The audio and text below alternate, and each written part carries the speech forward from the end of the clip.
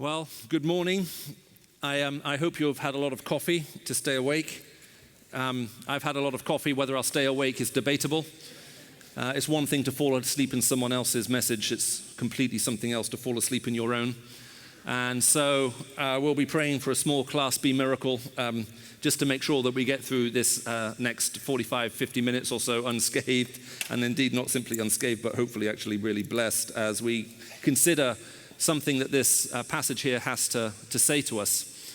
You would have heard just now in the introduction, I grew up largely in a non-Christian culture, and really I heard nothing about the Christian gospel until my parents moved to Cyprus, and at that point I was an older teenager, and now all of a sudden I was in a country that had some kind of Christian background. I wasn't particularly interested in that. I wasn't interested in the church.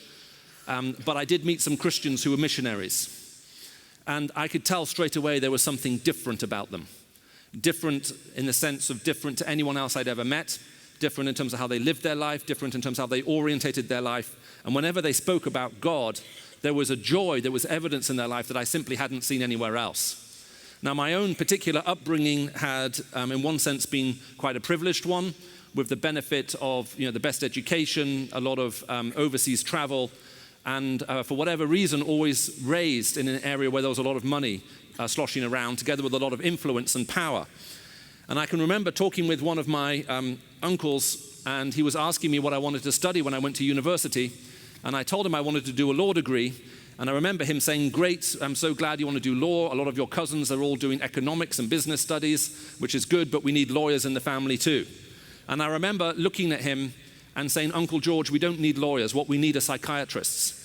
And if my upbringing had given me one thing, which I guess I'm grateful to the Lord for, as secular as it was that no matter how much you had, no matter how much status you conveyed, no matter what kind of political power you could exercise, that wasn't enough. And so certainly, even though I had no answer at that point, I was sure that even if I had everything that I could see above me, all of my family's self-made millionaires multiple times over, incredibly successful, I simply knew that if I got that and more, that I was still going to be in trouble in one way. And it was in that context then I first got to meet Christians who'd sold up their homes, moved halfway across the world, and had come to share the gospel now where I was living. And what happened was, it's quite a long story, but to give you the brief version, I had quite a wild teenage time and got bored very quickly. And then someone suggested to me, a Christian missionary suggested to me that there should be a youth group where you got teenagers together to come and do things together and sort of just have, as I thought about it, just enjoy each other. And I thought, this sounds like a good idea. And he said, "There's a guy who's just moved here. You should get him to set up a youth group."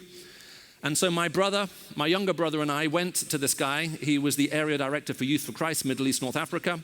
I didn't know what that was. And I just said, "I hear you do stuff with young people. There's nothing going on here for teenagers in the entire country. Why don't you set something up?" And very reluctantly, he set up this group.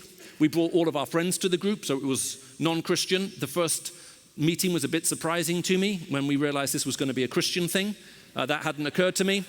What we'd done is we spent about half an hour talking about the challenges of being a teenager, and the second half an hour was a Bible study. And I enjoyed both parts of it immensely, and thought, actually, this is pretty good. And we brought more and more friends, and the group got bigger and bigger and bigger. Well, when there were about 50, 60, 70 of us, I can't remember how many it was, I remember coming to this guy's house, which was now crowded with young people, and he was looking a little sad. I always got there early. And I said, "Bob, what's the matter?" And he just said, "Well, I've been trying to organize to take you kids away on a camp for the last few months, but I can't because the government is stopping us from going. And all the campsites on the island were under the control of the government, and they were just refusing to release it to this weird evangelical group." So I said, "I believe I can help you." I said, "We are the government. Who do you need?" He said, "Well, I need permission from the chief of police and the minister for interior. Do you think you can help?" I said, "Don't worry, it will be sorted tonight." I went home, I spoke to my mother. I said, "Mum, you know that group I was part of?" And my mum was generally in favor of this group because although she was a bit worried about the strange theology they seemed to be teaching, she'd noticed that I was becoming, it's having a softening effect on me. And so she said, "Sure." I said, "They want to go away on a camp, this group, and the government are stopping them." I said, "I need you to help." She said, "Whose help do you need?" I said, "Do you know the chief of police?" She said, "Of course I know the chief of police." She said, when I was 15 years old, he invited me to go out on a date with him. Your Uncle George came, knocked out his 2 front teeth and said if he ever spoke to me again, he would kill him. I said, I need his permission to go on a camp.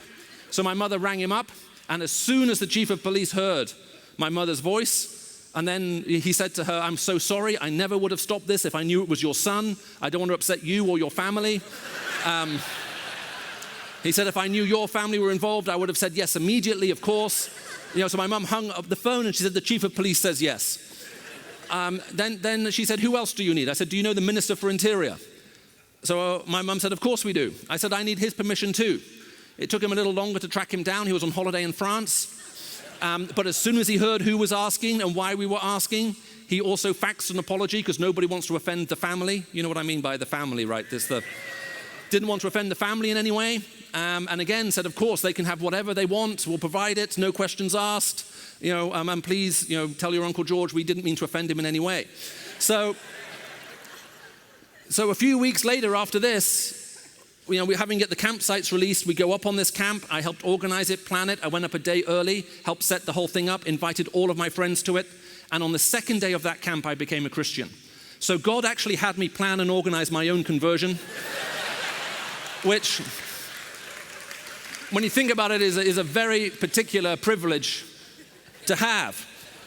Which is why I want to take a very broad approach as we talk about doing evangelism in a secularized world. Now, I'll be giving another talk at a different conference here in about 2 days' time where I'll be talking about the single biggest global cultural challenge I think we face when it comes to sharing the gospel. And I'm sure that that's going to be available online. You'll be able to listen to that. And in this context, I want to look at some of the feeder reasons as to why we've ended up in such a mess without unpacking all of that in detail, but then just come back to the scripture again, just about to help us recapture that scriptural vision for evangelism. Because there's anything that the church needs today is we have to fall back in love with the gospel, and we have to fall back in love with mission and evangelism all over again. Largely speaking, as I travel around, most people we're living in fear of mission and evangelism. That which is the lifeblood, one of the lifebloods part of the church, something which people so willingly went out and laid down their life for, we now feel so fearful of and often hesitant even to step into that. And I think it's partly because as the culture shifts so quickly around us, we quickly feel so disorientated, we're not even sure how to say what we want to say anymore. It feels like everything's been redefined, everything's been changed, and everything that we say is so easily misunderstood or twisted against us. And we are living in incredibly challenging times. We are now living amongst one of the most lonely generations this world has ever known. In the UK, they recently appointed a minister, a government minister for loneliness. Sadly, they only appointed one, which seems to be tragic in so many ways. But we are incredibly lonely as a generation. The more we're connected through technology, the more we realize that technology, far from breeding intimacy between us, seems to build a gulf instead. We have the technological means at our ends to achieve whatever ends we desire, but we haven't figured out what is actually desirable. And so for all of our talk about enhanced communication and connection, people are feeling increasingly disconnected. Now, I can't speak for this part of the world. Back in the UK earlier a few months ago, the BBC published the results of an academic survey which showed that the number one problem for people between the ages of 14 and 24 was loneliness. One person who responded said, social media is just social fake. They said, every connection I have with anyone in this world is based on falseness. We're all pretending to be something that we're not. And this sense of disconnect and loneliness is spreading rapidly throughout the world, with people increasingly spending time online rather than with each other.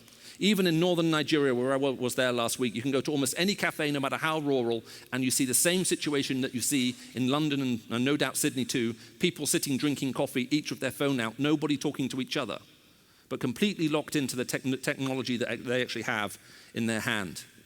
One very famous rapper recently put it like this. He said, the love is fake, but the pain is real. So many scars I simply cannot heal. And we feel utterly alone. Now, the trouble with this is then it leads then to a collapse of what we actually think about when it comes to terms of relationships. We're actually thinking about relationships in ways that we haven't in a very, very long time, certainly not in the way that we actually articulate them. There was a book called Purity, written by an American author a few years ago by the name of Ramsden. Now, Ramsden only writes a book about once every 2-3 years or so, or maybe even less than that. He gives a lot of thought to his work, and when his books come out, they tend to win a lot of prizes. Purity was a book that split the critics. It tells the story of a woman whose nickname is Purity. But here's how the book starts out. She's working in a coffee shop, and a customer comes in. She immediately likes the look of the customer and begins to wonder about having some kind of relationship with him. They strike up a casual conversation, and as she's talking to him, this thought runs through her mind. She says to herself, "Dare I risk the intimacy of friendship? Or shall I retreat into the relative safety of casual sex?" What a question. Dare I risk the intimacy of friendship, where you can get hurt, betrayed? Or shall I simply retreat into the purely physical of casual sex, where I can keep myself safe? Now just think about it. No one would have written that line 20 years ago. 20 years ago, the sexual side would have been seen the risky bit. That's the dangerous part. Maybe that's where you're going to get hurt. Making friends with somebody is surely the best thing to do. But we're now so unused to relating to other people as human beings that even the idea of intimacy and friendship, it can feel threatening. So we are caught with this desire, this longing to be known, to have intimate relationship, and at the same time being terrified of it at the same time. And we're so terribly lonely as a result. Now, the effect of all of this is to increasingly objectify us.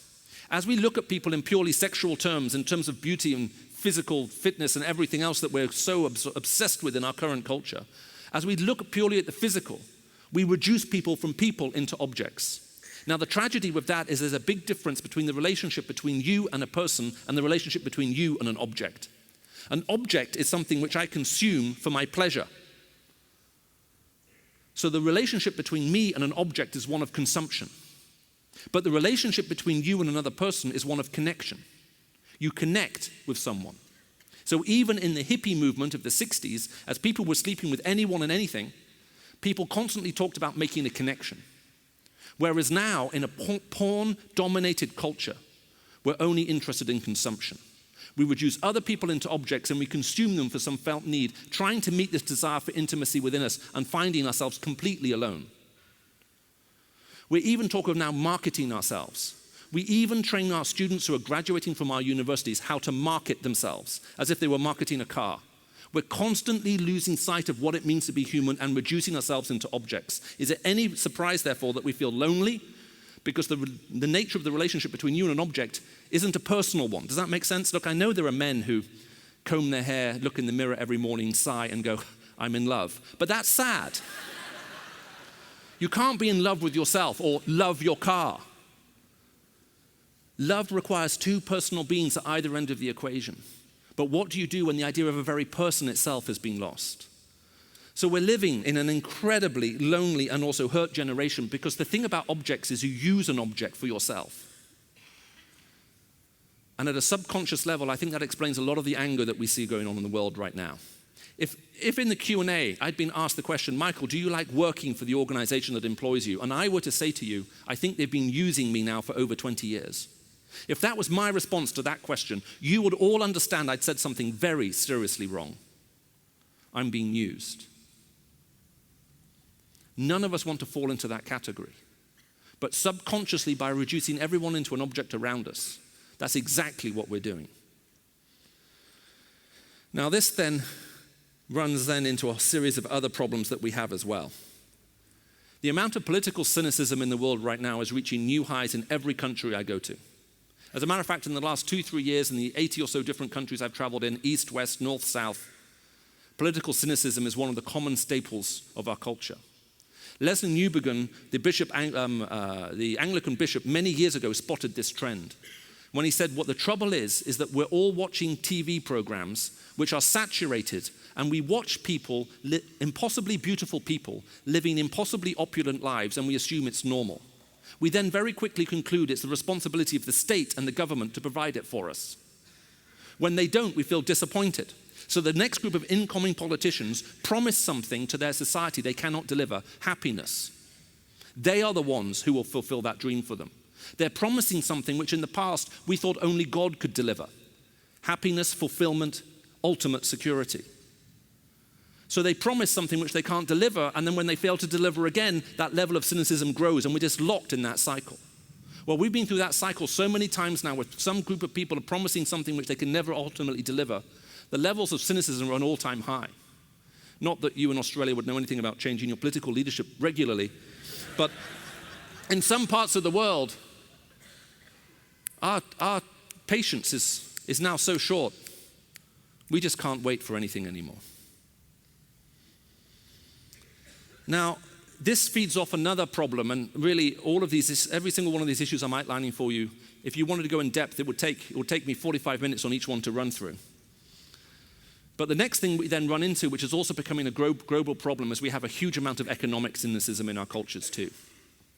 There was a very famous book written a couple of years ago by a French economist called Thomas Piketty entitled Capital. Now, I don't know if you've ever tried reading that book. If you haven't, you may want to think about buying it for a couple of reasons. Number one, it's 1,200 pages long in hardback edition. It looks very impressive on any bookshelf. Number two, being that heavy in hardcover, you can also use it for personal defense. And number three, the book is so large, when you die, they could actually bury you in it. Now, what Piketty says, although controversial at some points, but I think the heart of what he has to say is correct, is the rate of return on capital in global economies around the world has greatly outstripped the rate of return on income. What does that mean? That means if you're sat in this audience and you are what most people would call middle class and you have teenage kids, it means if you're in that category, the number one question you're wrestling with right now is, will my children ever be able to afford to buy their own home? It means that in every single major metropolis around the world, house prices and capital appreciation has far outgrown the rate of growth of income, which means even if you get a decent job, you're going to be struggling to provide a family house. Now, this deserves a huge amount of unpacking, but the result is you breed a generation that feels economically excluded from the political society of which it's a part. And when you start to have large swathes of a society feeling that somehow they cannot buy in to the economy of which they're a part, resentment and anger begins to grow. There's a growing sense of injustice and distrust, and historically it leads to civil war. So these problems are huge. And this growing sense of injustice, this feeling a sense of global anger, which has been evidenced all around us right now. So big is this distrust and this cynicism that 4 days ago, a German think tank published the results of one of the largest political attitude surveys done in recent times. They surveyed 125,000 people in over 50 different countries. One of the questions which they asked was, do you think your government acts in your best interests? And here's what's interesting. If you live in a democracy, because actually people in dictatorships are happier on this one. If you live in a democracy, the top 10 democratic systems in the world, as listed by this think tank, 64% of the people said never. My government never or rarely acts in my interest. And if you want to know who these oppressive democratic countries are, right at the top of the list are Sweden, Denmark, and other countries like that. There is whole-scale, massive political disillusionment at every single level. Now, because we think our problems are man-made and therefore can be man-solved, the solution to all of these things is one of materialism. So we're constantly asking ourselves only one question, which is how can we actually make the level of wealth within our nation grow? Now, there's nothing wrong with a nation growing in terms of wealth, but when that's the solution to every problem that's presented to it, it's going to fall far short, and it quickly collapses into greed. Now, what I find interesting is that Jesus Christ warns us to watch out for greed more than any other sin in the New Testament. Now, you may ask me, Michael, how do you know that? And how do you make that last statement with such authority? And the answer is, I heard Tim Keller say that, and as the new Protestant Pope, I know I can trust him completely.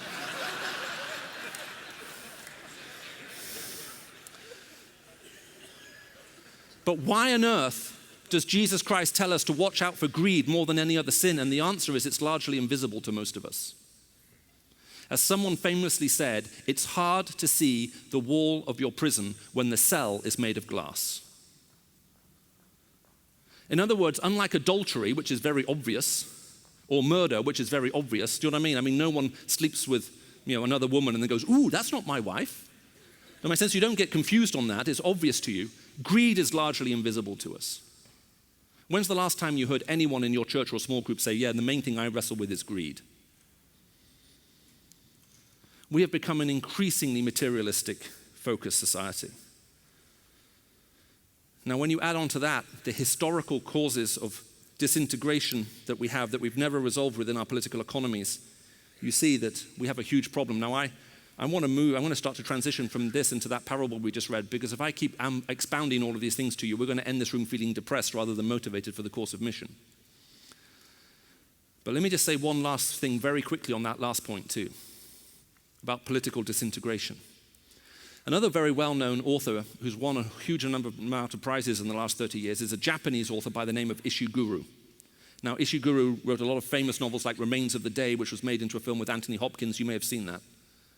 And he publishes about a book once every 5 to 7 years.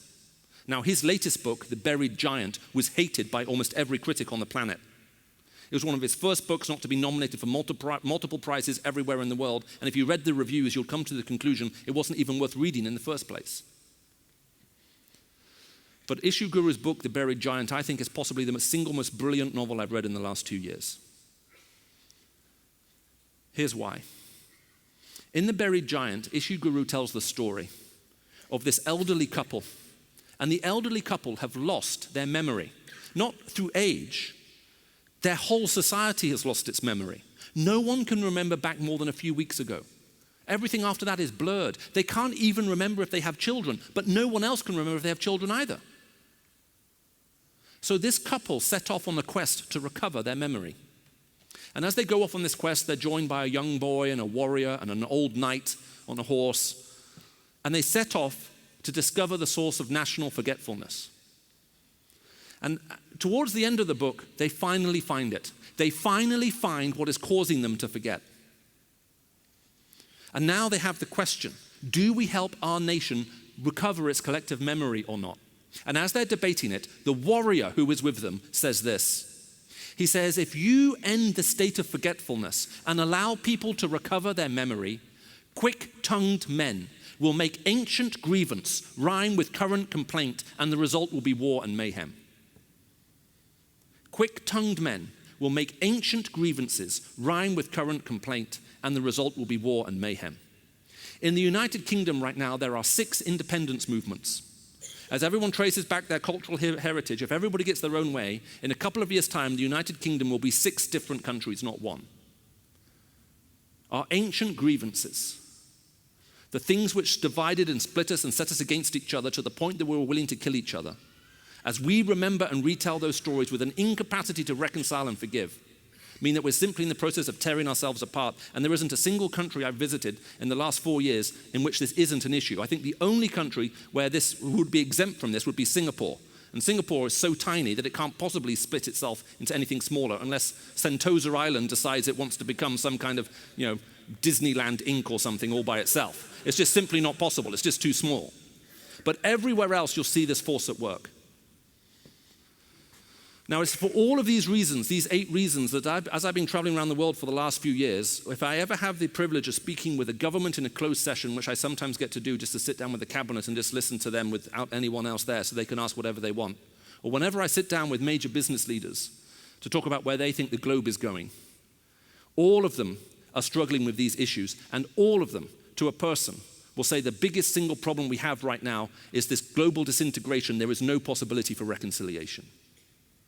Now, what does it tell you that we live in a world in which every political leader I've had the privilege of meeting in the Northern Hemisphere, Southern Hemisphere, East and West are all asking the same question? And not only that, major business owners around the world are also asking the same question. I was with a financial group a few weeks ago speaking with a guy who heads up a banking group that's got about $20 trillion under management. That's a significant part of the global economy. And as we were meant to meet together for an hour, we talked for 2. And as we came towards the end of the second hour, he said, I see absolutely no hope for this world whatsoever. 10 to 15 years, and we're going to destroy each other. Billions of people will die. But there is a message that speaks to this problem. If we can't learn to preach the gospel in a world that is disintegrating and feels that reconciliation and forgiveness is impossible, if we can't relate a gospel to a culture that's asking that at almost every global level of its existence, then we have a problem as a church. This plays straight to the sweet spot of why we're here. The gospel we have is a message of reconciliation. It was entrusted to us as if God were making his appeal through us, be reconciled to God. God made him who had no sin to become sin for us. It is the most incredible message we have, and it brings an enormous amount of hope. Now, the problem is we say, but Michael, you look at all of those problems and they're so big, what can I possibly do? How can I possibly deal with all of those things? And the good news is you don't have to deal with all of those things. One or two of you in this room may be called to think and say something very directly into them. But there's the heart of it that's behind all of it, which is to do with our sinfulness, into which we're all qualified in this room to speak. All of us have something to say. All of us have a message of hope to bring into a world which is collapsing at all of these different levels. And mission has never been easy. It has never been easy. That's the subject matter of that parable that we were looking at, we had read to us so well a little bit earlier. We jumped in with the reading where the subheading divisions occur in Scripture, but actually this story starts a few verses earlier. Jesus is sitting eating in the house of a Pharisee, and someone's healed. That caused a lot of interest. And then they start talking about having a banquet, and Jesus talks about the fact and says, look, if you throw a banquet, don't invite the important people. They'll repay you. Instead, invite the poor, the blind, the crippled, and the lame. They can't repay you, but at the banquet of the resurrection of the righteous, you will be repaid. So they are literally talking about the end of the world. Jesus is saying, live your life in such a way so that when the end of the world comes, you will be repaid by God himself. Not by the people you help, but by him. And when someone hears Jesus at the table say this, they say, blessed is the one who will eat at that feast in the kingdom of God. Well, of course, you would be blessed. You would be supremely happy and filled with joy to find yourself eating at that feast on the day of the resurrection of the righteous in the kingdom of heaven. Well, you don't look that excited about that, but believe me, you should feel excited about that. We so often don't think about these things. I remember once teaching a group of theological students in Oxford, and I asked them, what happens at the end of the world? And they said, well, there'll be judgment, yes. New heaven, new earth, yes. And I kept asking, what else, what else, what else? After 5 minutes of me asking what else, there was quiet, and then someone said, a banquet. Now, for me, as someone raised in the Middle East, the banquet, the food is the first thing you think of, not the last. But here's the question, what kind of banquet? And of course, because they're bright, one of them goes, oh, a wedding banquet. And what happens before a wedding banquet? A wedding. Imagine you were having coffee with someone in the coffee shop just down the road from here. You're about to order a second cappuccino and they look at their watch and they go, oh my goodness, is that today? Is it the 28th? And you say, yes. And they go, I have to go, I'm getting married now. The wedding started half an hour ago. And they run out the coffee shop. What would you make of this person? Surely there's something wrong with them. When someone falls in love and they're getting married, it doesn't matter what you try to talk about. That's all they want to talk about. You ask them about the weather, you end up talking about their wedding. You ask them about their family, you end up talking about their wedding. You ask them about politics, they'll say, yes, isn't it terrible what's happening, but I'm so looking forward when I get married. It's awful, it's sickening. You can't stop them thinking about it. What on earth does it say about the life of the church when we ask what happens at the end of the world? The very last thing we remember is there's going to be a wedding banquet. So they're talking about the feast that will be held on that day. When God returns, there's a resurrection, and God holds a feast. So Jesus then replies, a certain man was preparing a great banquet and invited many guests. So they've just been talking about the resurrection of the righteous. Someone says, blessed is someone who will eat at that feast. And now Jesus tells the story of a man who hosts a great feast. Can you see the connection? I mean, this is a very obvious parallel. This is not a hard parable to interpret. They've been talking about the great banquet at the end of the world. Someone says, blessed is the man who eats at that great banquet. Jesus says there was a man preparing a great banquet. I mean, hopefully the parallels are obvious. Now notice that the invitations and the preparation of the banquet happen simultaneously. Okay, you can see that in verse 16. He's preparing the banquet and invites many guests. Why do you do that? Well, the answer for that is simple. In the ancient world, there's no form of refrigeration. You need to know how many people are coming and you prepare enough food. Now, I can't speak to Australian culture. I actually understand there are some of you here who walk right across Asia. But in most parts of the world, hospitality is central to the culture. If someone comes to eat at your house, the last thing you want to do is run out of food. You can go to incredibly impoverished communities, as some of you will have experienced, and they'll bring out the very best for you, and they'll keep feeding you till you can't eat anymore. So as the invitations go out, would you like to come? And people say yes or no. The preparations, the two happen simultaneously. The host is banking on his guests coming. If they don't come to eat, the food can't be kept for another day. It's either eaten or it's thrown out to be eaten by the dogs. But either way, it will be eaten.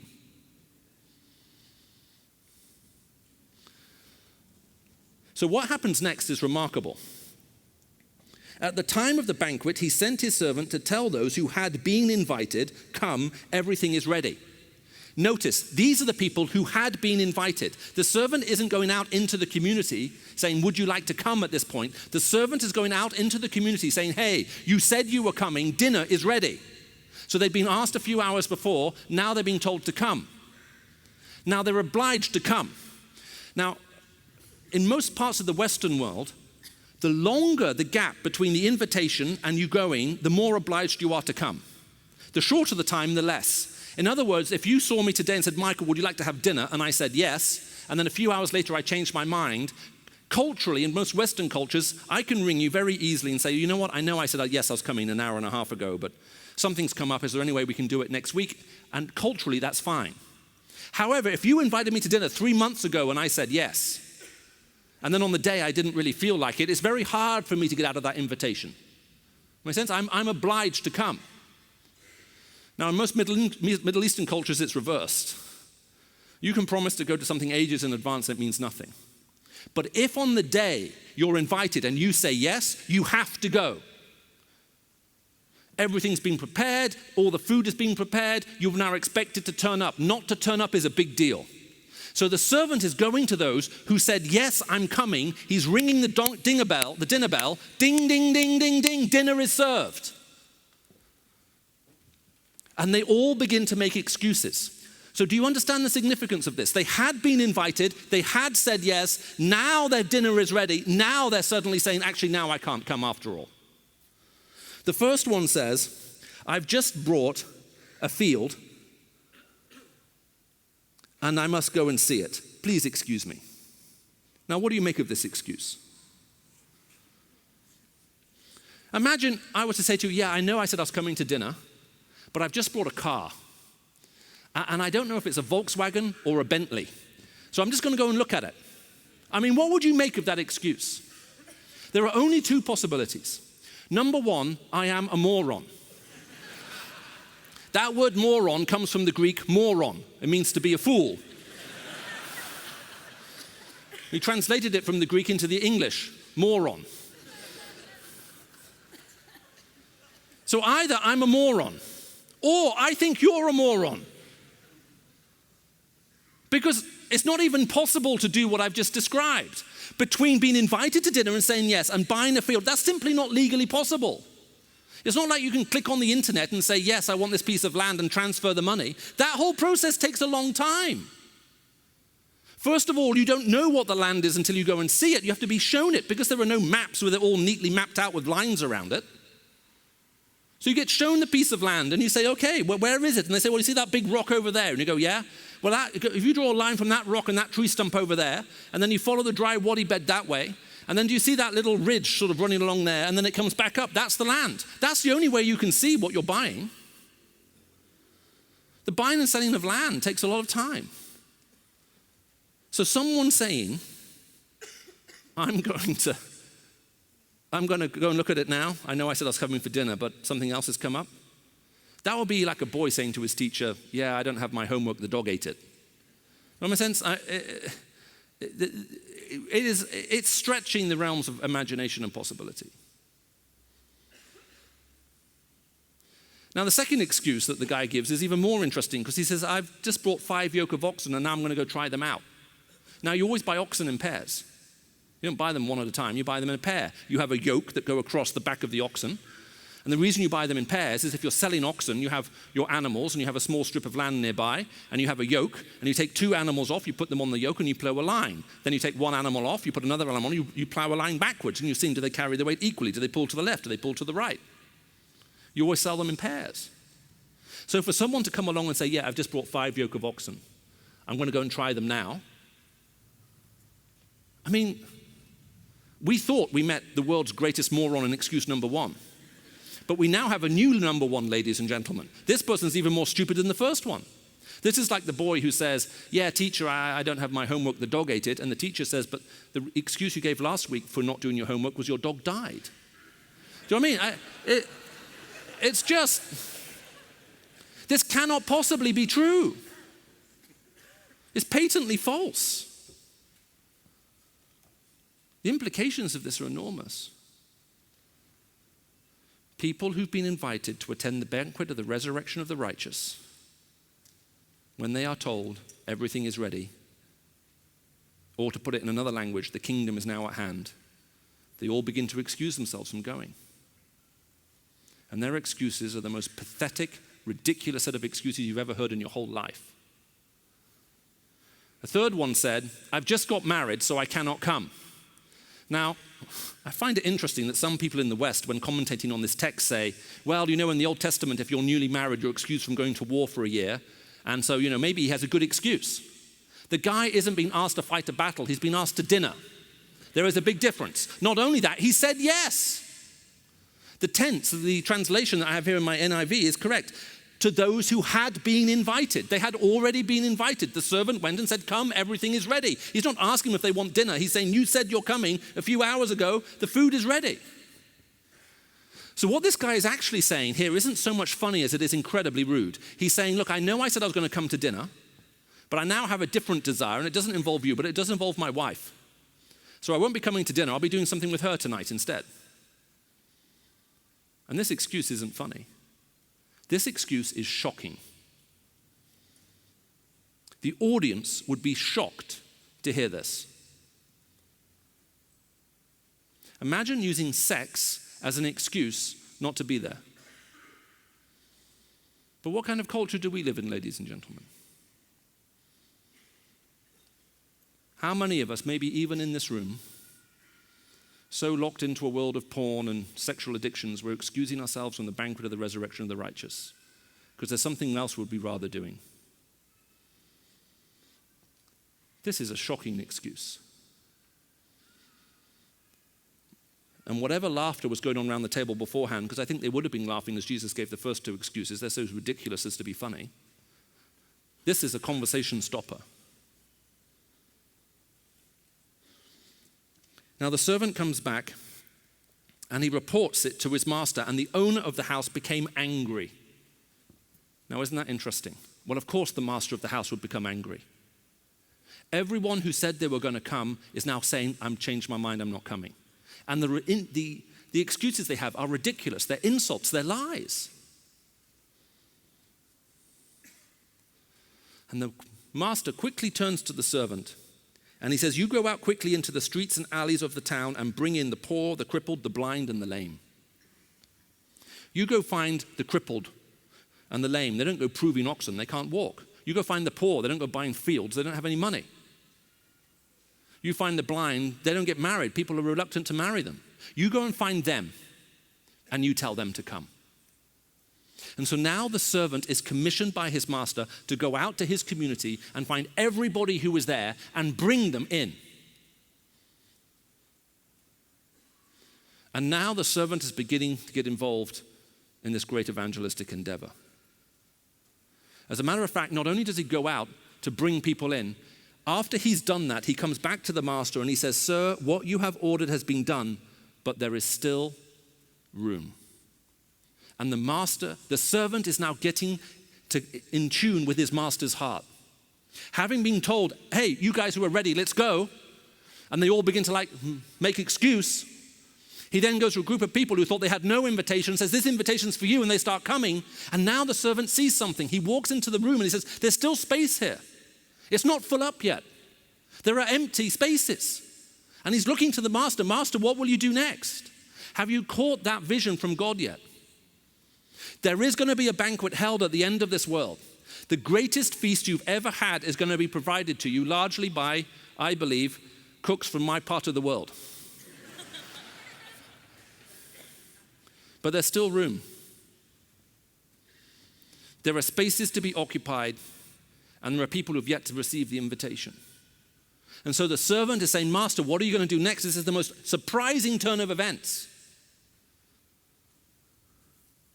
Now, those of you who live in Christianized cultures will understand the first part of this, what we've talked about so far. The second part's for everyone.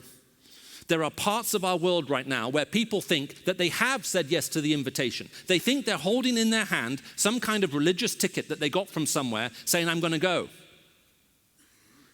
And they have no idea that whatever this piece of paper is they're holding saying, hey, I can go, they're actually excusing themselves from being there.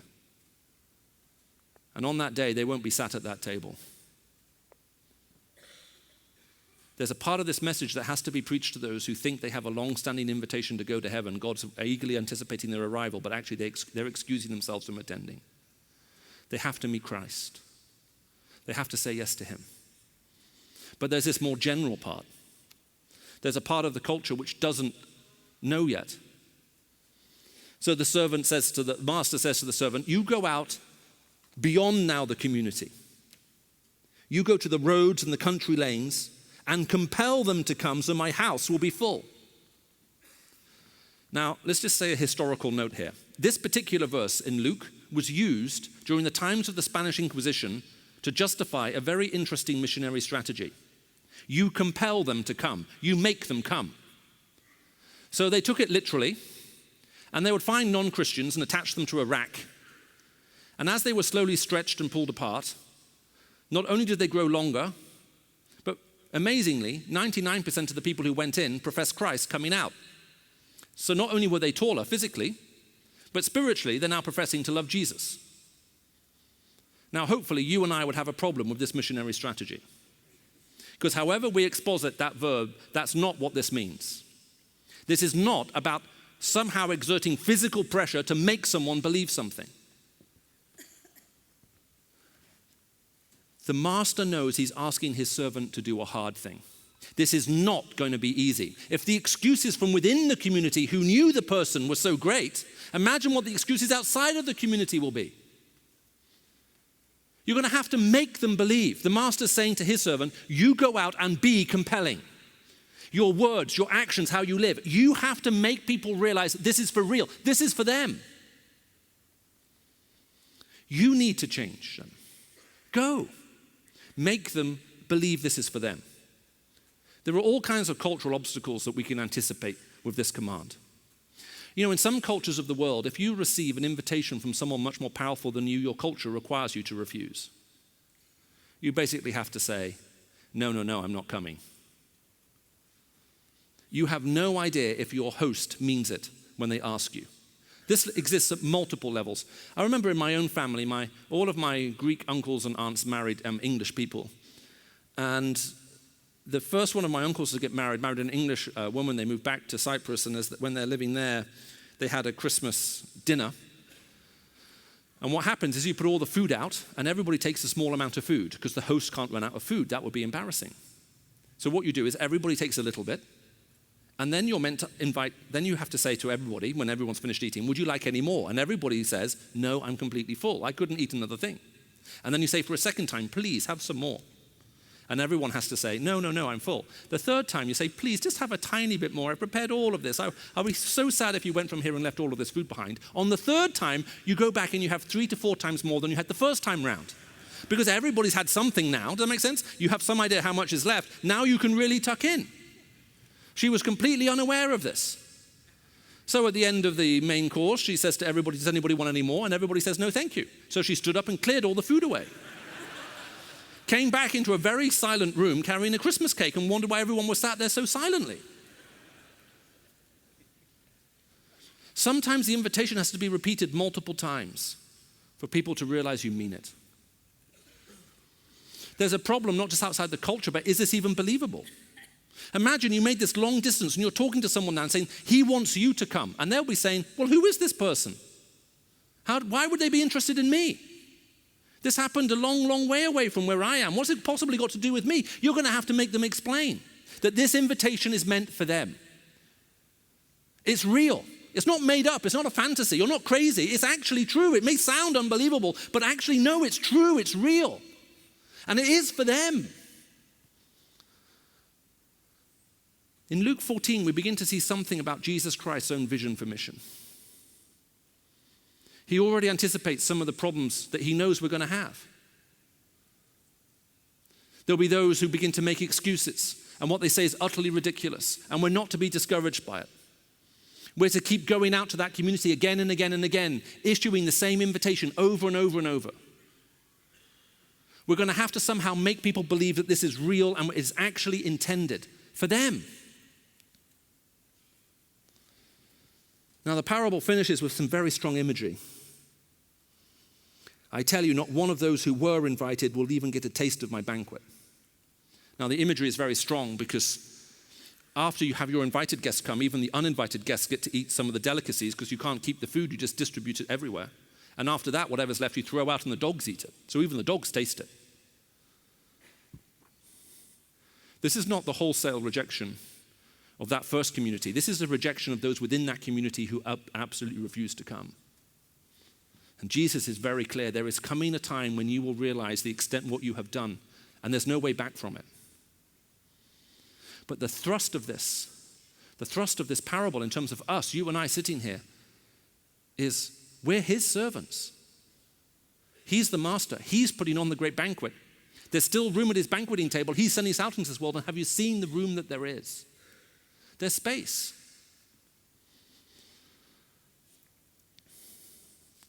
I had the huge privilege while I was speaking last week, spending some time with some Christians there whose families have literally been terrorized by Boko Haram. In some cases, they've even lost close family members. They're living in a situation where the government isn't protecting them, where people are just disappearing and there seems to be no response. Justice has collapsed. And the question is, what do we do? What do we do?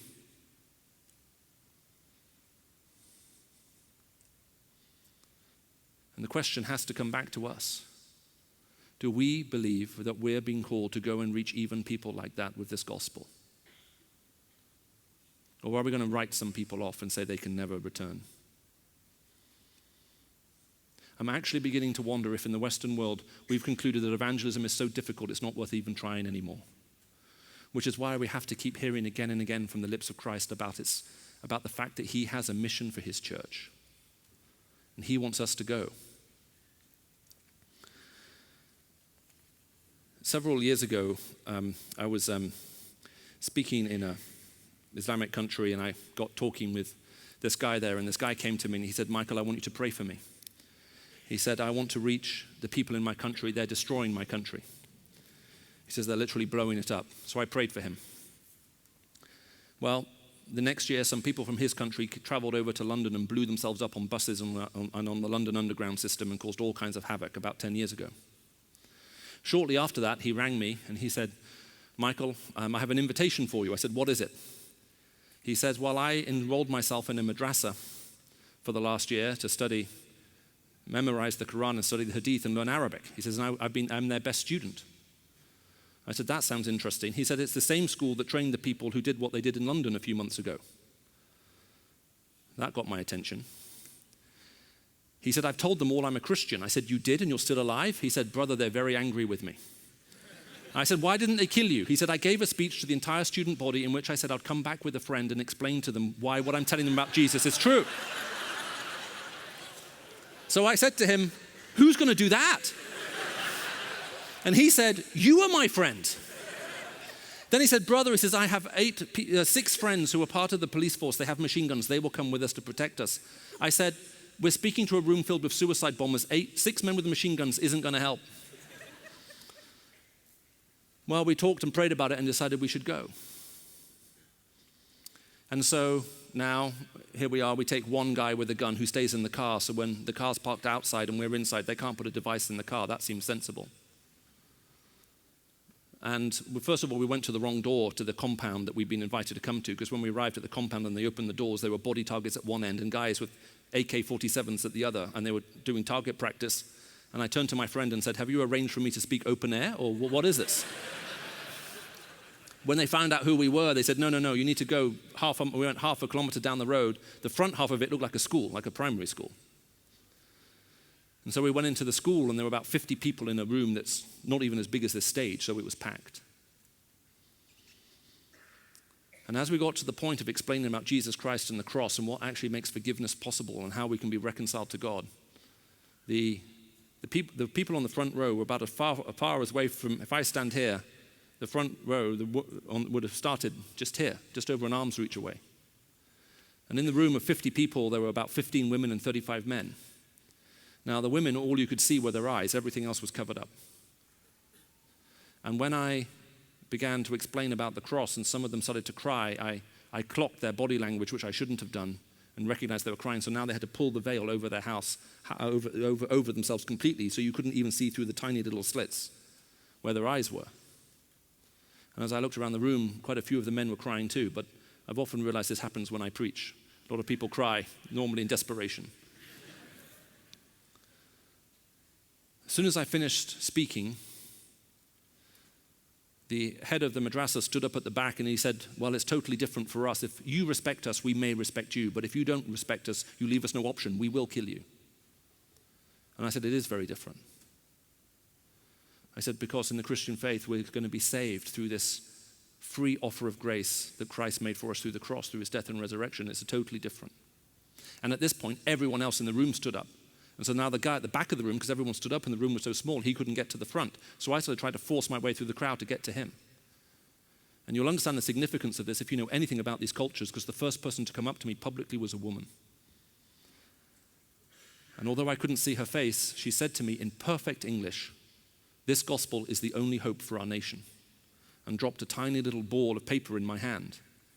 And by the time I got to the back of the room, my hand was filled with tiny little rolled up pieces of paper, and what people had done is they'd torn off a tiny strip of paper, written down their cell phone number, rolled it up into a little ball, just dropped it into my hand.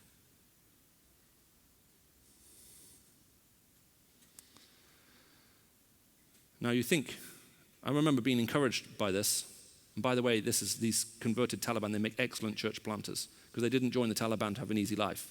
So the same commitment they had there, they now bring, but for very different purposes. So I gave all these pieces of paper to my translator, who's part of the underground church in that country, to follow them up. And as we're driving away back to the city we were staying in, it's a 1.5 hour drive, his phone rang. And after he got off the phone, he said, "They're very angry with you." I said, "They are?" He said, "Yes." He said, "That wasn't meant to happen." I said, "What are you going to do?" He said, "I'm going to drive back and see them." I said, "Are you sure?" He said, I have to go and see them." I got on my knees. I stayed on my knees praying in my room for him. And after 5, 6, 7 hours, I still hadn't heard from him, and I began to fear for his safety. So I rang him only to discover he'd got home hours ago and was having dinner with his family. And I said, "What on earth?" I said, "Why didn't you ring me to tell you you're okay?" He said, "Well, of course I'm okay." I said, "What do they say?" He said, "They're not happy." I said, "Well, you told me that before." I said, "What have you done?" He says, "I have invited them to come and hear you speak tomorrow night." I was like, I said, "This is not a good idea." Well, the next night, we're in this room. It's a dinner event. And there are large round tables and people sat around the tables. And this group come into the room and everyone knows who they are. We even had the head of the army in the room, and even he moved out of the way when they came in, because this is one group of people you don't want to upset. And there was literally like a parting of the crowd, and they came all the way down to the front and they sat on the table on my far right. And so now I have to come up and speak. And one of the guys who was on the table, he should have had his back to me, but he picked up his chair and he turned it around, so he was looking straight at me. And I don't know if you've ever heard the phrase death stare before. I've never experienced anything like it before or since. It was almost tangible. It was like you could touch it. It was like there was this beam of hate coming from him to me. It was so distracting. It was causing me, I was having trouble breathing while I was preaching, so I actually ended up turning like this and turning my head like that. So as I preached to the room, in my sense, if I was looking natural, I was that way, just to block him out, so he wouldn't throw me anymore. And after we'd finished explaining about the cross, I thought there were 2 sets of steps off the platform, one to my right and one to my left. And I can remember I'd already made up my mind halfway through my talk that I was going to pick up my Bible and go left. And that's exactly what I did. As soon as I finished speaking, I picked up my Bible and I started walking off to my left. And as I got towards the stage, I just felt God say to me, "Michael, you're a coward." And I just stopped in my tracks. And I turned around and walked back the other way down the steps, straight up to this man. held up my hand to him and said, "It's nice to meet you," and was immediately convicted for lying, because I didn't believe that at all. And he took one step towards me, said, "Michael, listening to this gospel is like watching flowers grow in a barren field." And then he threw his arms around me and wept.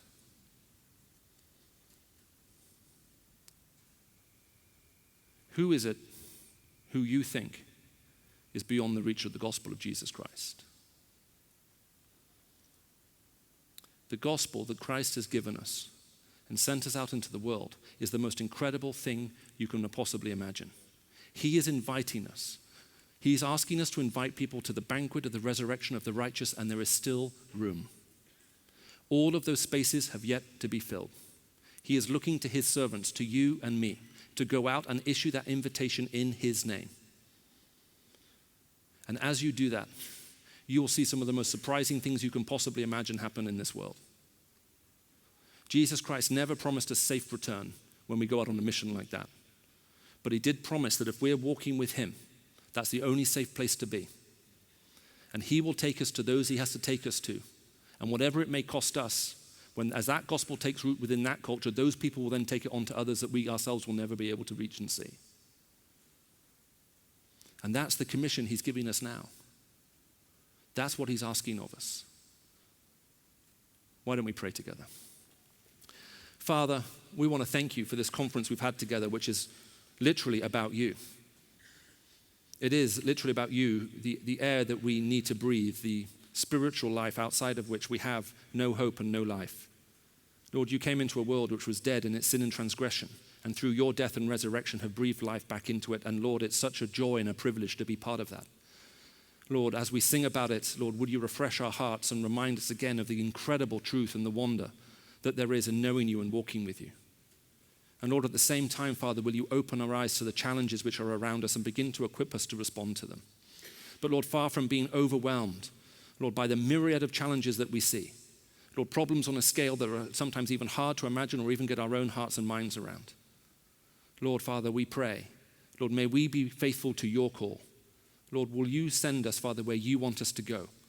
Lord, may we be like that willing servant who came before you. Lord, may we catch something of your heart and your vision and realize that there is still room. Father, may we respond, Lord, to your call to go out. Father, may we take that invitation, Lord, faithfully, Father, wherever we go. Lord, whatever hardship we may endure and rejections we may face along the way. Father, will you remind us again, Father, of this royal commission that we've been given. Father, may we delight in you. And Father, will you give us that great joy, Father, of seeing some say yes to you. Lord, that we may pray with them, that when we get there, Father, there will be people that we already know. And Lord, we pray, Father, more than anything else, Lord, that we may know that endorsement from you. Lord, that when we come to join you at that banquet, that you will say to us that we were faithful in our service of you and we did well before you. And we pray all of this in the precious name of Jesus Christ. Amen.